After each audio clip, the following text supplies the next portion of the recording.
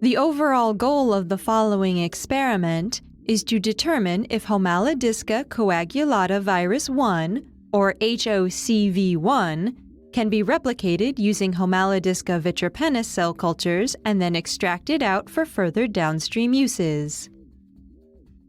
This is achieved by successfully cultivating H. vitripennis to introduce purified HOCV1 into for replication.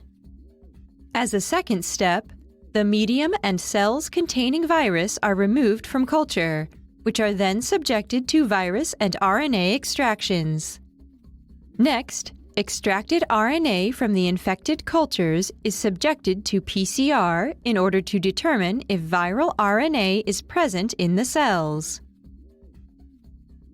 The results show that HOCV1 can be replicated in vivo based on live cell counts before and after infection and qRT-PCR analysis.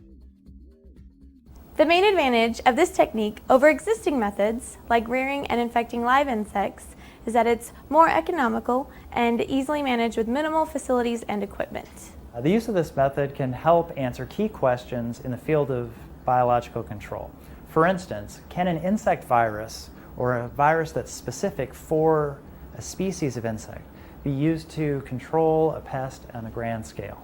Though this method can provide insight into the management of this specific insect, it can also be applied to other systems, such as the management of red imported fire ants using a virus of the same family as HOCV1.